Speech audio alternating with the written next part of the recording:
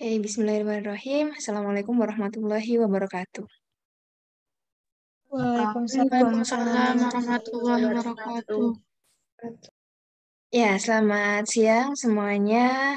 Alhamdulillah hari ini kita bisa bertemu lagi untuk mata kuliah yang sangat menyenangkan, mata kuliah kimia ya di topik ke-12 tentang standarisasi larutan. Eh, Sebelum kita mulai untuk pembelajaran hari ini, seperti biasa, supaya diberikan kemudahan ya dalam memahami materinya, kita mulai dulu dengan basmalah, bismillahirrahmanirrahim, dan silahkan berdoa sebelum belajar. Berdoa disilakan.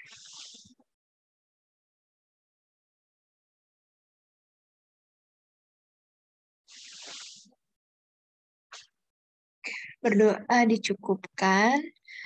Oke, semuanya sudah siap ya untuk materi kimia ya. Kita move on dari fisiologinya dulu. Jadi semuanya semoga sudah sempat ya untuk mengerjakan post-test sudah selesai. Ini tadi saya sengaja mundurkan 5 menit ya supaya bisa mengerjakan post-testnya untuk yang tadi. Sekarang kita fokus untuk mata kuliah kimia tentang standarisasi larutan. Nah, seperti biasa kita pahami dulu untuk hari ini diharapkan setelah dari pembelajaran ini teman-teman nanti bisa memahami kemudian bisa menjelaskan kembali bagaimana sih reaksi standarisasi gitu ya, dalam kimia analisis atau dalam analisis kimia itu bagaimana melakukan standarisasi. Kemudian nantinya akan kita bahas ya, kita bahas dulu, kita perkenalan dulu apa itu standarisasi dan apa itu larutan standar. Kemudian nanti ada beberapa prosedur standarisasi ya, mulai dari yang asidi kalimetri dengan asam basa, reaksi asam basa, kemudian standarisasi iodometri, permanganometri, dan juga argentometri. Kemudian nanti terakhir kita sedikit membahas tentang beberapa tahapan yang penting dalam melakukan analisis gravimetri. Oke, bismillah kita bahas satu persatu. Yang pertama ya kita kenali dulu apa itu yang dimaksud dengan standarisasi dan juga larutan standar. Standarisasi ya, seperti kita bisa melihat dari namanya ya, kalau secara literal dari definisinya, kalau berdasarkan KBBI, standarisasi itu kan ya standar gitu ya, penyesuaian bentuk, ukuran, kualitas, dan yang lain sesuai dengan pedoman atau standar yang ditetapkan. Artinya adalah ini ya, penyesuaian atau kita mengidentifikasi ukuran ini terutama kalau misalnya di dalam kaitan di kimia nanti tentang ukuran. Kalau misalnya di kimia analisis lebih spesifik lagi, standarisasi ini kita adalah proses untuk menentukan konsentrasi atau molaritas suatu larutan yang nanti akan kita gunakan sebagai titran dengan tepat gitu ya. Jadi kita harus tahu berapa konsentrasi titrannya atau larutan yang nanti akan mentitrasi gitu ya. Kemarin kita sudah bahas ya tentang titrasi. Kemudian larutan standar. Apa itu larutan standar? Ya, larutan standar atau disebut juga larutan baku adalah larutan yang kita ketahui konsentrasinya secara tepat dari suatu unsur atau zat ya. Jadi kalau misalnya yang di sini adalah NaOH misalkan, jadi kita harus tahu berapa konsentrasi NaOH tersebut yang kita jadikan sebagai larutan standar. Pada reaksi titrasi, larutan standar itu berfungsi sebagai titran untuk menguji konsentrasi larutan analit. Kemudian dia dinyatakan dalam satuan mol atau mol per liter ya, ini konsentrasi tadi, atau disingkat M ya untuk molaritas. Ini ada mol per desimeter kubik ya, sama saja. Biasanya yang paling sering ada mol per liter ini atau M, molar. Kemudian diperoleh dari pelarutan atau dilution suatu zat ke dalam pelarut biasanya. Bisa itu kalau yang primer nanti berbentuk kristal gitu ya, atau misalnya pengenceran dari larutan pekatnya. Kemudian ada dua jenis ya ini, primer dan juga sekunder. Apa itu bedanya antara larutan standar yang primer dan sekunder? Larutan standar primer adalah larutan yang mengandung zat padat murni yang konsentrasi larutannya kita ketahui secara tepat. Umumnya kita ketahui konsentrasi tersebut dengan metode gravimetri atau perhitungan massa. zat padatnya ya kita ketahui. Kemudian contohnya ini kalau yang larutan standar primer biasanya yang sering digunakan adalah kalium dikromat, kemudian natrium klorida atau NaCl, natrium karbonat, asam oksalat, dan juga asam benzoat. Syaratnya larutan standar yang primer ini dia zat kimianya harus mudah diperoleh, kemudian dia bersifat murni, kemudian mudah dikeringkan dan disimpan dalam keadaan yang murni juga. Kemudian dia tidak bersifat higroskopis ya, mudah menyerap air. Kemudian dia juga tidak mudah teroksidasi oleh udara ataupun dipengaruhi oleh karbon dioksida. Jadi dia harus bersifat stabil. Kemudian dia juga harus punya sifat mudah larut dalam pelarut yang nanti kita pilih ya sesuai. Jadi itu syarat larutan standar primer. Bagaimana dengan yang sekunder? Larutan standar sekunder adalah larutan yang penentuan konsentrasinya dilakukan melalui titrasi dengan larutan standar primer. Gitu. Jadi kita tentukan konsentrasinya itu dibantu melalui titrasi oleh atau titrasi larutan standar primer. Biasanya yang termasuk larutan sekunder ini ada perak nitrat, kemudian kalium permanganat, besi 2 sulfat, dan juga natrium hidroksida atau NaOH. Syaratnya kalau yang larutan sekunder ini dia derajat kemurniannya lebih rendah dibandingkan larutan standar primer. Kemudian larutannya relatif stabil juga dalam penyimpanan gitu. Nah, ini ya kalau yang larutan standar sekunder. Selanjutnya, bagaimana caranya membuat larutan standar primer? Contohnya, kita ingin membuat larutan standar primer berupa natrium karbonat sebanyak 200 mili dengan konsentrasi 0,1 molar. Berapa banyak ya, berapa gram natrium karbonat anhidrat, natrium karbonat murni yang harus digunakan. Ini biasanya dalam bentuk kristal gitu. Kita harus nimbang berapa gram ini untuk membuat 0,1 molar larutan natrium karbonat dalam 200 mili. Rumusnya adalah seperti ini. Ini M kecil ini adalah massa sama dengan N itu adalah mol ya dikalikan MR. Ada ini apa namanya kalau misalkan teman-teman cari rumusnya sebenarnya simbolnya macam-macam ya, tapi yang penting adalah teman-teman memahami itu setiap simbol artinya apa. Ya ini biar mudah. Ini ada yang nyebutnya cuma M saja, tapi kalau biar tidak apa namanya bingung dengan M besar yang untuk konsentrasi ini MR ya, massa relatif atau berat molekul yang kemarin kita sudah tahu ya cara menghitungnya dari berat atomnya itu. Kemudian mol sendiri rumusnya adalah, nah di sini rumusnya konsentrasi ditulis dengan simbol C ya, C kalikan volume. Jadi bisa juga artinya massa itu sama dengan konsentrasi dikalikan volume dikalikan berat molekulnya atau berat relatifnya.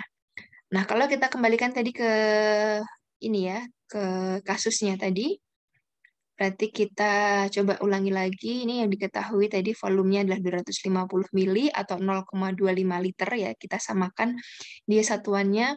Kemudian konsentrasinya adalah 0,1 molar ya atau mol per liter.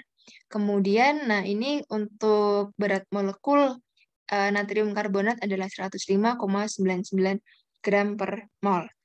Yang ditanyakan adalah berapa gram kristal natrium karbonat murni yang harus kita timbang ya, yang harus kita ambil untuk membuat larutan standar primer tersebut. Caranya tadi dimasukkan ke rumusnya ini ya, masanya adalah sama dengan konsentrasi dikalikan volume dikalikan berat, ini MR ya harusnya berat molekulnya atau massa relatifnya. Jadi sama dengan tadi konsentrasinya adalah 0,1 dikalikan 0,2 liter ya dikalikan 105,99. Hasilnya 2,64975 atau kita bulatkan kalau 2 desimal 2,65 gram. Itu berarti ya kalau kita mau membuat larutan standar primer dari kristal natrium karbonat gitu ya, yang kita timbang sebanyak 2,65 gram ya supaya nanti diperoleh konsentrasinya adalah 0,1 molar dalam 250 mililiter. Gitu ya. Jadi kita ketahui berapa gram apa namanya yang kita butuhkan itu dari perhitungan ini. Nah, ini kalau misalkan nanti teman-teman pengen tahu step by step-nya ya, bagaimana membuat larutan standar primer ya. Kalau cuman mendengarkan seperti ini kan susah ya memahami kadang-kadang. Nah, silahkan nanti bisa saya sertakan di sini link-linknya nanti terkait dengan bagaimana prosedur-prosedur tersebut gitu ya. Silahkan diklik di situ. Kemudian ini tipe standarisasi yang pertama adalah standarisasi asidi alkalimetri ya. Jadi dari prinsip asam basa nanti seperti apa. Jadi untuk prinsipnya adalah ini merupakan penentuan konsentrasi larutan standar yang asam maupun yang basa yang akan digunakan sebagai titran dalam reaksi titrasi asam basa. Kemudian perhitungan konsentrasinya nanti menggunakan prinsip perbandingan rasio mol 1:1. Jadi mol titrannya dibandingkan mol analitnya itu adalah 1:1. Kemudian kalau yang kita buat adalah larutan asam standar HCl misalkan ya, yang akan kita buat adalah HCl, kita standarisasinya dengan natrium karbonat atau bisa juga pakai TAM. TAM ini adalah tris hidroksimetil aminometan atau juga bisa HCl nanti distandarisasi dengan NaOH. Ini kan termasuk yang sekunder tadi, larutan standar sekunder. Kemudian kalau yang basa, misalkan yang NaOH, ini yang sering dilakukan adalah standarisasi dengan KHP. KHP itu potasium hidrogen talat atau kalium hidrogen talat. Kemudian ini adalah contohnya ya, contoh melakukan standarisasi larutan basa standar ya NaOH menggunakan KHP atau kalium hidrogen talat atau potasium hidrogen talat. Kalau langkah-langkahnya ya kita menimbang KHP sebanyak 1,2 sampai 1,5 gram di sini, kemudian dilarutkan dengan aquades, ditambahkan dengan indikator PP, kemudian larutan yang akan distandarisasi ini dimasukkan ke buret. Kemudian seperti biasa kita harus catat volume awalnya berapa, kemudian dilakukan prosedur titrasi ke KHP tadi yang sudah ditambahkan indikator PP hingga titik akhir. Kemudian dicatat volume akhirnya NaOH berapa, kemudian dilakukan perhitungan konsentrasi NaOH. Nah, misalkan ini contoh perhitungan konsentrasinya, misalkan dari prosedur tadi kita sudah mencatat ya, kita mencatatnya tadi KHP yang digunakan adalah sekian, ya 1,34 sekian, kemudian diketahui massa molekulnya adalah 204,23, kemudian volume awalnya adalah 70,5, dan setelah akhir titrasi volumenya adalah 37,5. Yang kita ingin cari adalah konsentrasi NaOH-nya. Dijawabnya ya ini tadi dihitung dengan prinsip mol KHP dibandingkan dengan mol NaOH itu perbandingannya 1:1. Selanjutnya, nah berarti dimasukkan ke sini kita anggap mol KHP banding mol NaOH adalah 1:1. Mol KHP ya, mol itu rumusnya adalah massa per massa molekul. Jadi tadi beratnya yang dipakai adalah 1,3437 gram diketahui berat molekul KHP itu adalah sekian. Berarti mol KHP adalah 0,0066. Ya, karena tadi 1:1, maka mol KHP ini adalah sama dengan mol NaOH. Dan mol NaOH ini berarti 0,0066. Ya, dari situ kemudian kita bisa tentukan konsentrasinya adalah mol dibagi volume, yaitu 0,0066 dibagi volumenya tadi dikurangi dari sini ya, 70,5 dikurangi 37,5 itu adalah 33 ya. Jadi dibagi 33 jadi 0,2 molar. Kita ketahui ini adalah konsentrasi dari NaOH yang akan kita gunakan sebagai larutan standar. Gitu ya, semoga bisa dipahami. Nah, kalau yang HCl kurang lebih juga mirip prosedurnya. Ini biasanya HCl itu sering kita gunakan sebagai titran ya. Kemudian biasanya dia dibuat dari larutan HCl yang diencerkan dari HCl pekat. Jadi dia bukan merupakan larutan standar primer.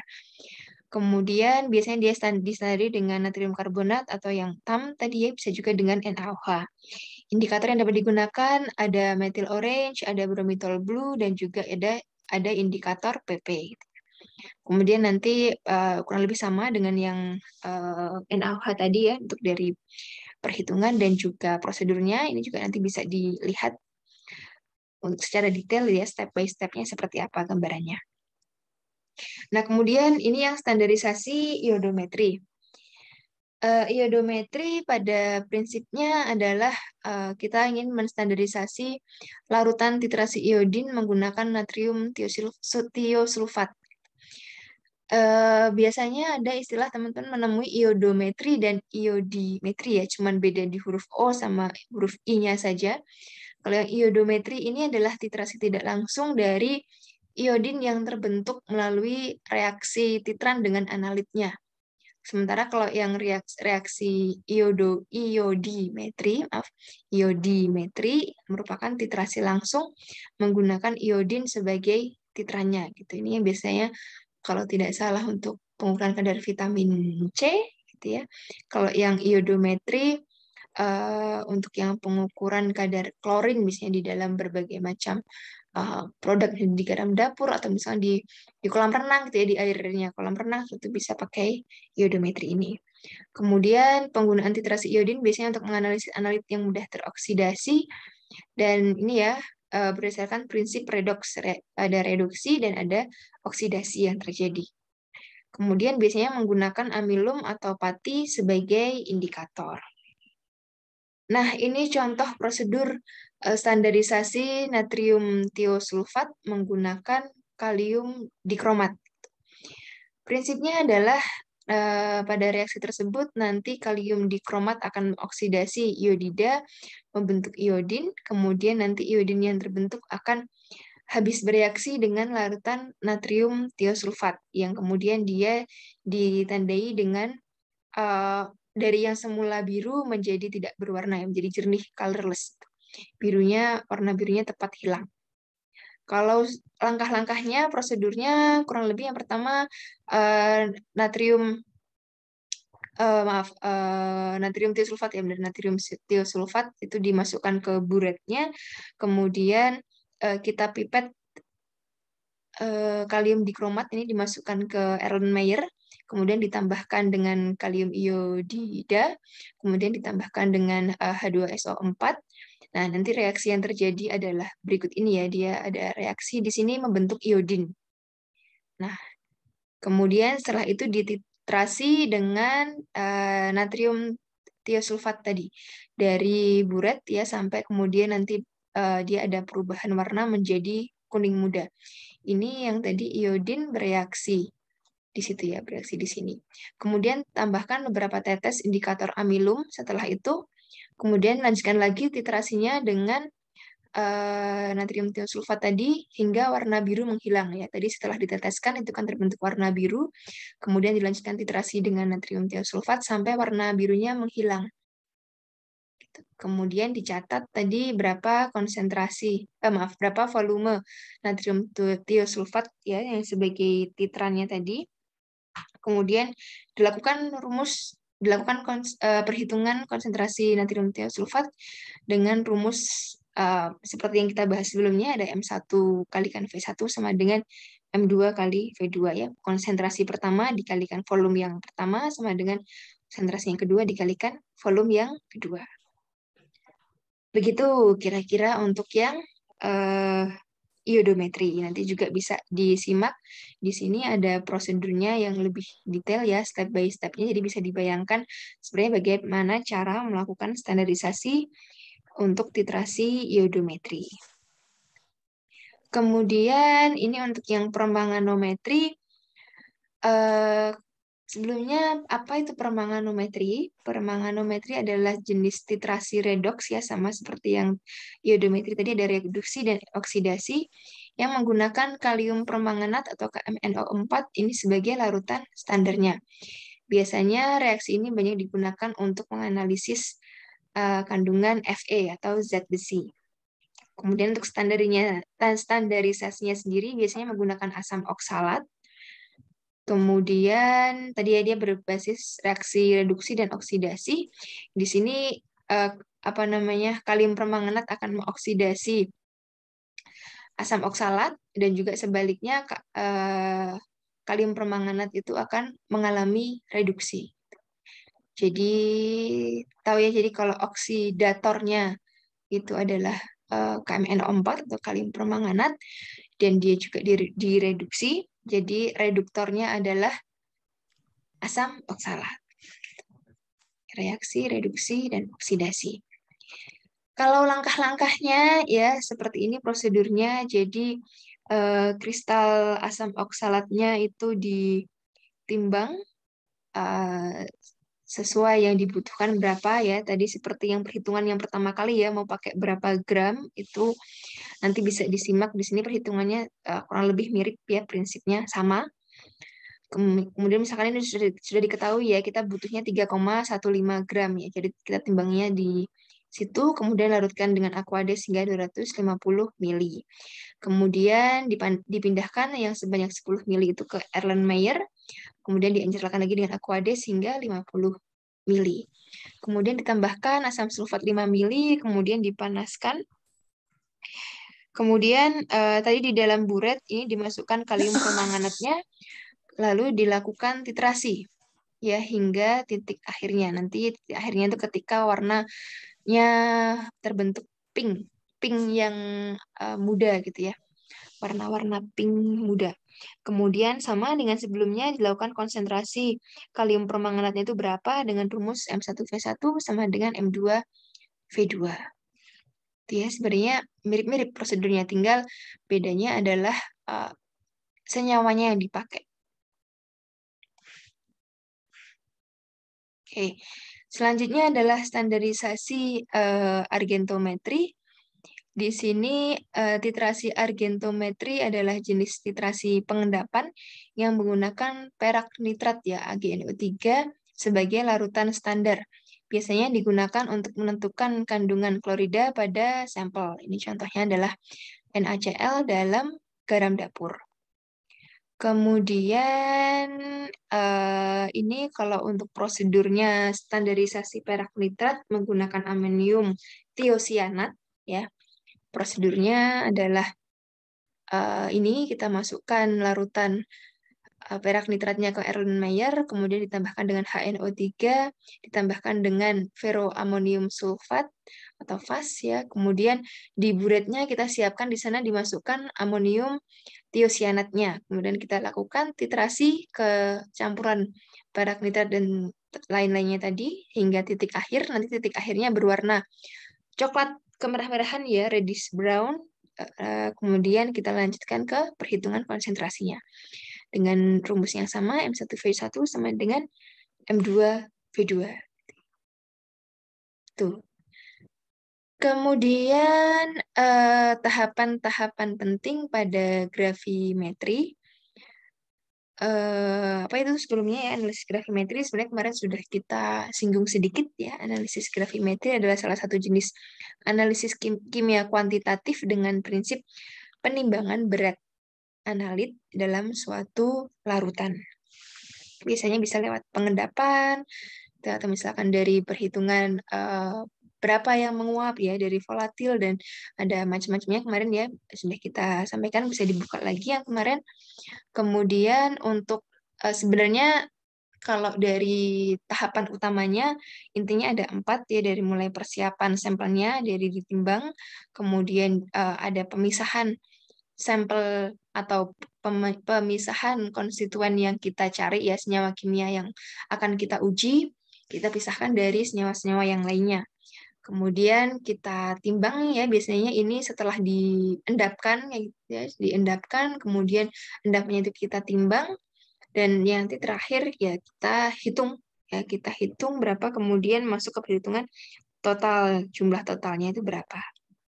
Nah, kalau secara lebih rinci, step by step prosedur analisis gravimetri mulai dari preparasi larutannya ya, dari mulai penimbangan, kemudian kita endapkan ya penimbangan pelarutan kemudian kita endapkan, kemudian digesti ini adalah biasanya ada proses pemanasan di sana, pemanasan dan kita diamkan selama beberapa waktu sampai endapannya itu lebih terlihat ya, kemudian supaya lebih mudah juga nanti masuk ke penyaringan ya, kita saring endapannya saja. Kemudian di sini ada proses pencucian atau pembilasan. Di sini tujuannya untuk menghilangkan zat-zat pengotor ya, atau adanya kontaminasi dari senyawa-senyawa yang lainnya yang masih ada di situ, supaya nanti benar-benar yang tersaring adalah senyawa yang kita cari. Kemudian ada proses pengeringan di sana untuk menghilangkan kadar airnya yang masih tersisa. Kemudian kita perhitungan. Perhitungan di sini termasuk penimbangannya kembali berapa, kemudian kita masuk ke perhitungannya. Nah, sebenarnya ada hanya kemudian beberapa hal yang perlu kita perhatikan, beberapa faktor terkait analisis gravimetri ya, titik-titik mana yang perlu kita jadikan ini ya, apa saja yang perlu dipertimbangkan. Yang pertama dalam tahap preparasi larutan atau persiapan larutan, ini penting untuk memperhatikan volume larutan yang akan kita gunakan untuk proses pengendapan tersebut. Ya, kita tentukan, bisa kita berdasarkan panduan dari prosedur dari studi-studi sebelumnya, gitu ya, dari literatur, referensi, kemudian berapa rentang konsentrasi analit yang kita uji, kemudian kita harus paham ya, aware tentang keberadaan senyawa lain dalam analisis dan berapa konsentrasinya. Kemudian kita perhatikan juga suhu larutan dan juga pH larutannya. Kemudian pada proses pengendapan ini kita harus pahami bahwa endapan harus memiliki level ketidaklarutan yang tinggi ya, karena kan kita pengen dia mengendap ya, kita pengen dia tersisa di sana. Kalau misalkan endapannya itu masih mudah larut gitu ya, dia akan mudah nanti menghilang ya, karena nggak ikut tersaring gitu. Jadi hilang itu banyak. Kemudian endapan juga harus berbentuk kristal yang cukup besar untuk dapat kemudian disaring sehingga meminimalkan kontaminasi dari senyawa-senyawa yang lainnya. Ini kalau misalkan dilihat ya dari ukurannya ya, kita harapkan dia dalam bentuk kristal yang cukup besar gitu, sehingga dia akan filterable, dia mudah untuk disaring. Jadi mengendap terpisah dari pelarutnya.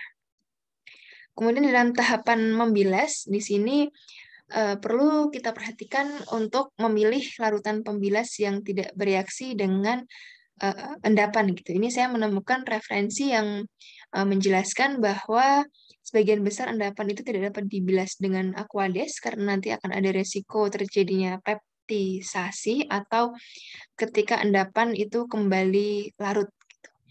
Tetapi sebenarnya saya juga banyak mengamati pada beberapa prosedur ya, itu pakai Aquades yang panas gitu. Tetapi sejujurnya saya masih belum tahu ya yang sebenarnya seperti apa gitu. Nanti bisa dan juga mencari gitu yang benar seperti apa sebenarnya Aquades bisa atau tidak gitu. Karena kalau saya menemukan ada beberapa pilihan gitu. Kemudian beberapa pilihan larutan yang bisa digunakan dalam membilas ini juga ada asam nitrat dan juga amonium nitrat gitu ya. Dan beberapa dari prosedur-prosedur yang saya cari itu bisa juga pakai Aquades yang dipanaskan. Begitu, ternyata sudah selesai. Cukup singkat karena ini sangat prosedural sekali. Jadi saya rasa memang mungkin kalau dari cuap-cuap saja gitu akan susah untuk memahami gitu ya. Jadi nanti ini sisa waktunya silahkan untuk membuka tadi ya video-video di YouTube tadi. Kalau misalnya dari video itu masih susah memahami ya silahkan bisa cari itu yang lebih mudah itu, karena banyak sekali yang di sini hanya saya tampilkan yang cukup mudah setidaknya untuk saya ya untuk dipahami. Begitu, ada yang ingin ditanyakan untuk standarisasi ini? Tahapan gravimetri ini lebih detailnya insya Allah akan minggu depan dijelaskan ya pada tahap analisis kimia kuantitatif, itu volumetrik dan gravimetrik yang insya Allah sama Bulia. Nanti bisa diamati di sana yang gravimetri ini.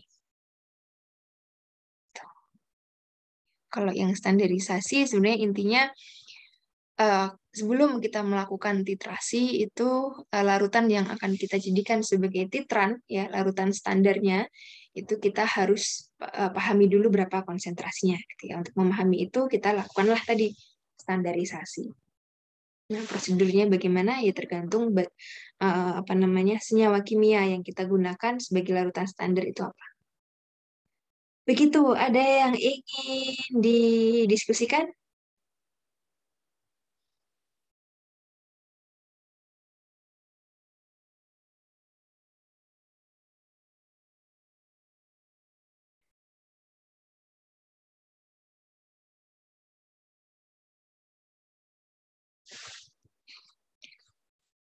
Hmm.